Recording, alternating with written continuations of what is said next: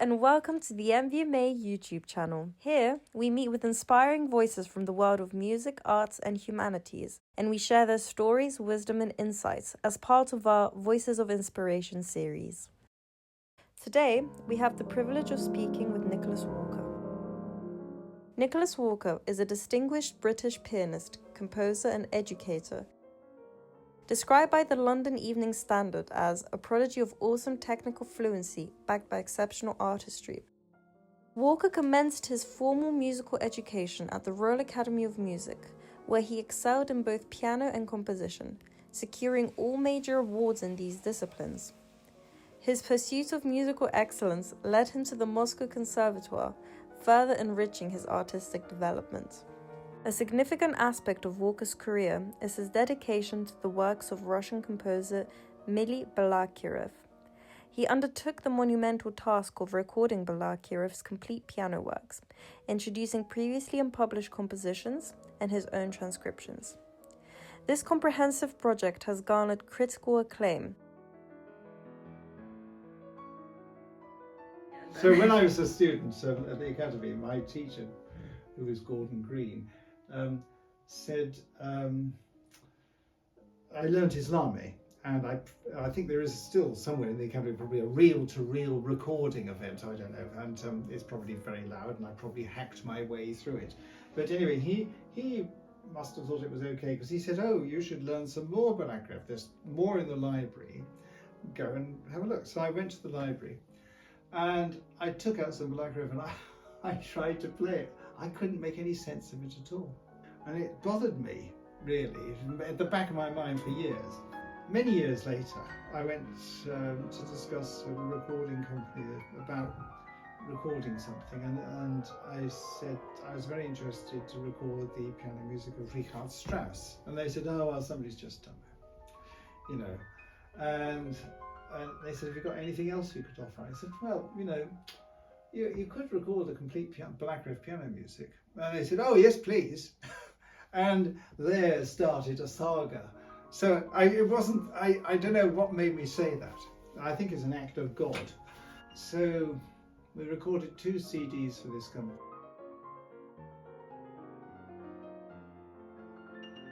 Well, I would say the sonata has to be the sonata that starts with the fugue. Now, Russian composers can't write fugues.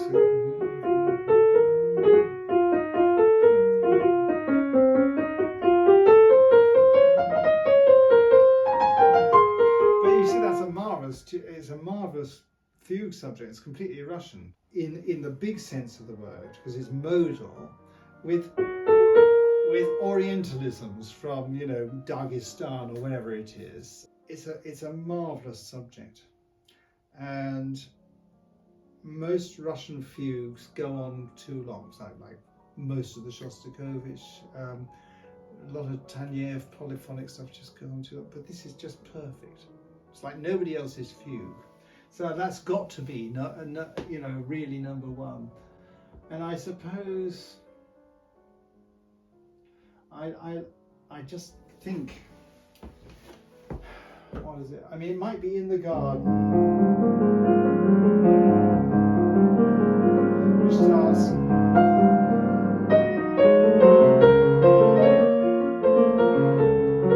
So it starts like that, which is a marvelous piece.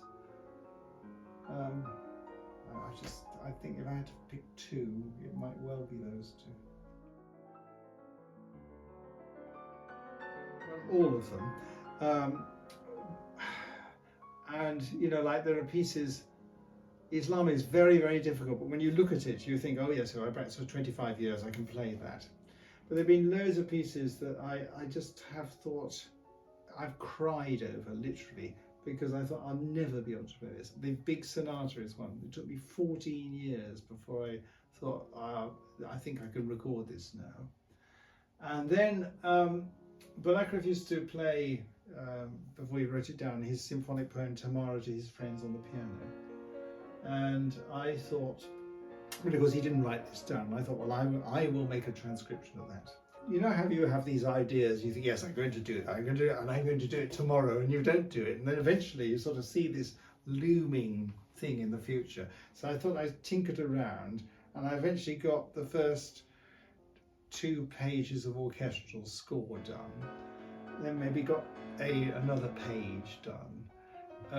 But anyway, I put it down that I was going to record it in December of one year, and in July, that was all I had done.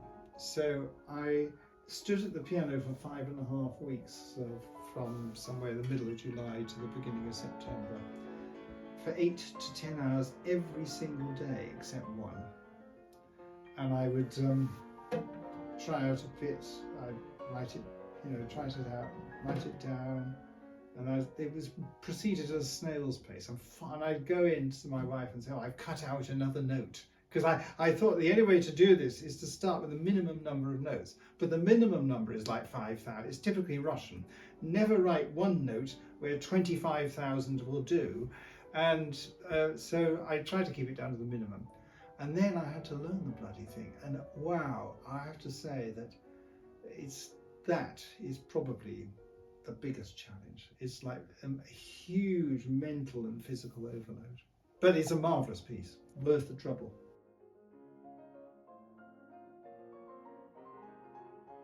Well, I think going to Russia certainly did, because I met things that I just wouldn't have met otherwise. Like musically and in every other way, it changed my life. I think I was a bit locked up as a person and musically until I went to Russia. I became less locked up. The one thing about Russians as a people is that they don't really have the same filter that English people have. So from an early age you learn to you're sort of slightly repressed unless you have well, that wasn't my upbringing. You need to have a mixture of feeling and reason, and if your feelings are repressed, you can't have that balance. And I think going to Russia, that was an enormous help, and to hear the sort of big warm sounds and to sort of be in the same room as this was quite important for me. I would say the best piano teacher I ever had was Philip Folk, who doesn't teach at all now. I had the most practical advice from him. He would always, if you had a technical problem, he would always approach it in a way that would make it easier. Because quite often when people have a technical problem, you do some more practice. And that doesn't necessarily make it go away, because I suppose you need to look at why you have the problem. What is the problem? Why I practiced for 15 hours and I still can't play that practice? And actually it might just be something like you're putting the third finger on C sharp instead of the second. It might be something. So he was tremendously practical and very encouraging, and he was very generous with his time. Really, I can't praise him highly enough. Well, the short answer is no. I don't. I don't think you want to. What happens when you can't do your warm-up routine? When you actually literally arrive at the concert hall and there is no time to do your warm-up routine? It's very important, I think, as an artist, any performer, to rid yourself of superstitious rituals that are going to stymie your performance if you don't go through them. Joseph Levine, who is like one of the greatest pianists of the 20th century, I think he gave the premiere of Rachmaninoff's Third Piano Concerto, and Rachmaninoff was asked, what did you think of it? And Rachmaninoff said, he swallowed it whole. Well, Levine said that nothing was as difficult as scales. And he's right. It depends how you practice them. If you're practicing just for speed, that's one thing. But to practice them musically, so that they have shape. And that, say, if you do contrary motion scales, you can start loud in the left hand, so you're loud in the left hand, quiet in the right. And you make a crescendo up to the top in the right and then reversing. If you can do that at speed, in any key, and even with double notes, you know, that takes tremendous control. I'd just like to quote from Claudio Arrau, who's a person I very much, who's a pianist I very much admire, and he lived with a teacher called Martin Krause in Berlin in the early 1900s, and Martin Krause, he wanted Arrau to play something or other, I know, some Chopin studies or something, and Arrau said, "Oh, I haven't warmed up yet today," and he said, "Well, you know, I should be able to wake you up at 3 in the morning, you should be able to play it then." He said, "You know, if you can't play it without a load of warming up, you haven't really sorted out your technique." And I must say that stuck in my mind, because I used to start the day with, you know, at least an hour of scales and exercises, and you know, I in the end, because they're so fascinating and you learn so much about harmony, that I was doing more scales. Like, I could spend with pleasure, and you know, so much to do, 3-4 hours. So, but I don't do that now. For a start, I don't have the time. And then I noticed I had a student, I was going on about the value of technical exercises because of this transposition thing, you know, the fact you learn so much about harmony. And I said, "What about you, Alexei? Do you practice scales and things like that?" And he said, "Oh, not now, no." You know, and I thought that was very interesting, that he had marvelous technique and he didn't feel the need to do an hour and a half of scales and exercises before he could start playing.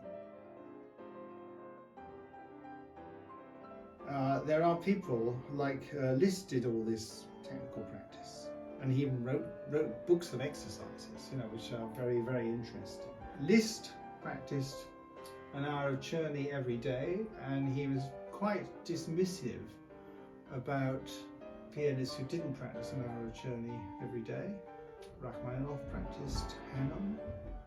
If it's good enough for Liszt, it's good enough for me. I can remember that I was staying somewhere and I came across, because I never learnt any Czerny or any studies at all, and I came across The Art of Finger Dexterity, and I sat down and I had a look at this book, and I thought, well, what can you learn from that? Nothing, is so boring. And then I looked at the metronome mark and I realised that it's actually, and that's fine there, but what happens when you go that's monstrously difficult. I realised I couldn't play it, and I then learnt a lot of Czerny. Well, I'm very glad I did, but it's not the secret of everything, because you learn to play in this very, very light way, and you can play very fast, but music isn't always like that. So I suppose I've used scales and exercises, double notes in all keys, pianoforte technique on an hour a day by Eric Harrison and Jeffrey Tankard, absolutely fantastic book. Raphael Giuseppe. You do a lot of extensions, and one major technical problem is the fact that people stiffen up because they don't have that power of extension. So I could go on about this for hours. People are different. Some people need to practice more technical exercises.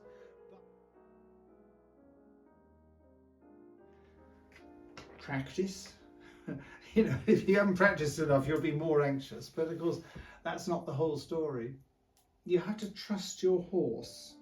That, you know, if you're horse riding, you're riding to hounds or something like that. Not that I've ever done that, but I've seen it done, and I know I've seen enough of it to know that horses are very intelligent animals. They know what they're doing, and you just get in the way. And if you've understood the music and you practice enough, your whole being knows what to do, and you're worrying about it just gets in the way. You have to learn how to bat away the temptation to listen to the little voice that says, "Oh, you're rubbish. This isn't very good." I think everybody has that, and it's a temptation, and you mustn't listen to it. Of course, you stand up there, or you sit down if you're a pianist, and you do something in front of an audience of hundreds, or maybe 2 people, maybe 200, maybe 2,000, and they're waiting for you to do something. So in a way, the anxiety is a vanity, and what you need to focus on at all times, all the time you're practicing, is not what you've. It's not what you need to focus on the music. You need to give it more love. I think you need to put this immense love and concentrate on, and then eventually, if you're understanding the music and your love is really powerful, you'll be able to bat away the thoughts of oneself. Okay. Don't start. That's a good piece of advice, because if you hear that bit of advice and you still carry on, it shows that you must have a burning desire to do it. Only do it if you're prepared to not to be an international famous rich megastar, because most people are not that. And even if you were that, you might not like that. Life might not suit you. I would say humility. This is an odd thing for a musician to have, but you see, musicians run the danger, or any performer, you run the danger of thinking that you're wonderful, in which case you can't make any progress, or that you think you're rubbish, in which case you also can't make any progress. And the humility would mean that you could look at your work realistically, appreciate the good things, because there are always good things, and not be undermined by the bad things, but have an ambition to improve those things. I think that's actually quite an important thing. It's not an easy thing to learn, and you can't sort of go to B&Q and pull a £3 bag of humility off the tablets off the shelf. You also got to be prepared to work hard and to sacrifice, especially with a pianist, you have to sacrifice huge amounts of time on your own. That's quite wearing.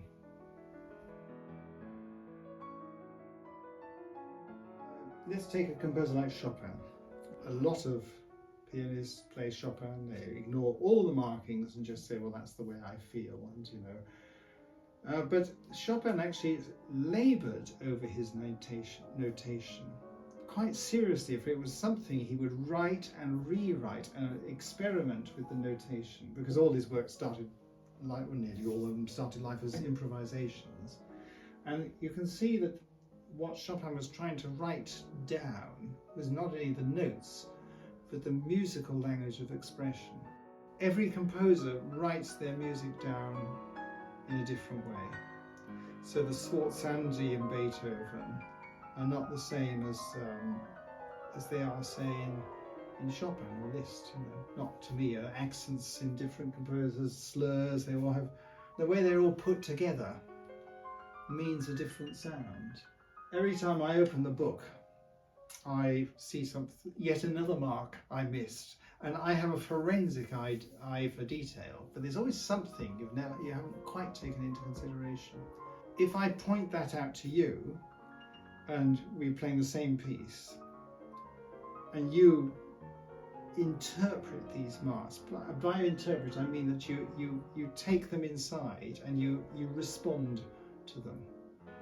I don't mean that because there's an accent you literally simply play louder in decibels, but somehow there's a musical response to them.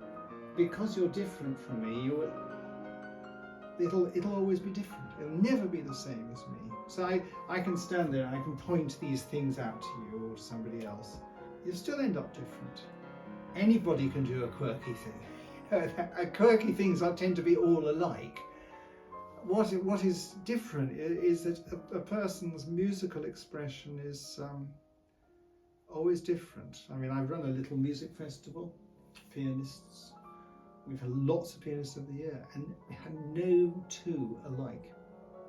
The marriage of your natural personality with your emotional and intellectual response to the markings and trying to see the thing from the composer's point of view, this excites an individual personality. Okay. Well, I'd just like to say thank you very much, Lily, for coming down and spending this time and taking the trouble, and it's been a pleasure.